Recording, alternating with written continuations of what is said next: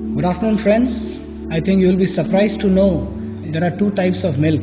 There is A1 milk, which is produced out of Jersey, Holstein, and there is a Indian version of the cow, which is the Desi cow, which has a hump on its back, and that cow is the source of the A2 milk. And this A2 milk is the milk which the rishis, the munis, the saints, and the greatest people of mankind ever have taken it, so that their brain gets nourished and so many wonderful things happen in their life. So this A1 and A2 milk are a component of two different varieties of cows, and there is a huge catastrophe in India because of the cow slaughter and because of the so many ill effects of vanishing of the A2 milk, vanishing of the Indian bred cow which is there in India has completely vanished, and the milk that we are getting today in our houses, which we may name at any name, Amul, maybe Gokul, maybe Mahananda, or any milk, they are all a variety of A1 milk, which is a toxic milk. I am a cardiologist, I am practicing in Mumbai, and it makes me responsible to tell all these wonderful people watching this video to tell about what this milk is and how toxic it is for this particular human race.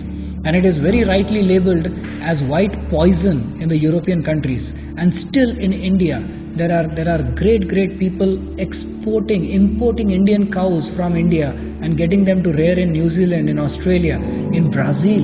But in India we have not got any awareness of this wonderful A2 milk which is there. I would really like to ask if anybody knows, and I would like to just give you some details of it. I start right now. The nutritious A2 milk of Vedic cows with hump versus the milk of humpless Western cows. So A1 milk is toxic casein protein, beta cosmorphin 7, harmful peptide B7, BCM7 of A1 milk, Suryaketu Nadi of Vedic cow, fragrant smelling Indian humped cow with sebum glands.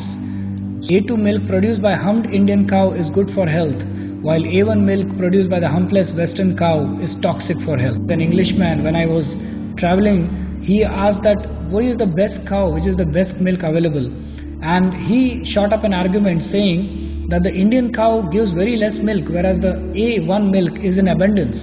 So I laughed at him and said that it is not a matter of the daily consumption of milk that you calculate, but it is the yearly consumption that we really have to look at. And an Indian cow milks 3 times a year, whereas a Western cow milks only once a year.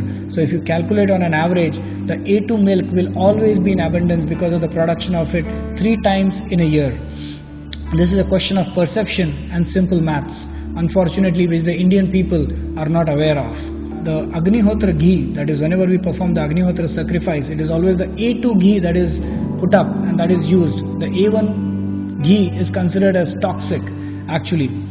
Our ancient scriptures written by seers state that the humped Indian cow has a unique Suryaketu Nadi on her back. आपने देखा होगा कि एक हम जो होता है काऊ के ऊपर, वहाँ पर सूर्यकेतु नाड़ी होती है जो सूर्य की किरणों को अपने अंदर सीमित करती है. इसीलिए the cow milk, if you ever have a look at that, it is yellow in color.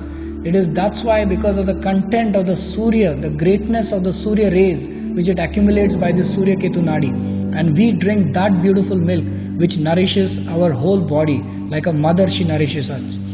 Similarly, the gomutra of urine of a cow has good effect only if the urine is from a humped cow. The urine produced by a humpless cow is toxic. So gomutra drinking cow's urine as an elixir, vadakayal.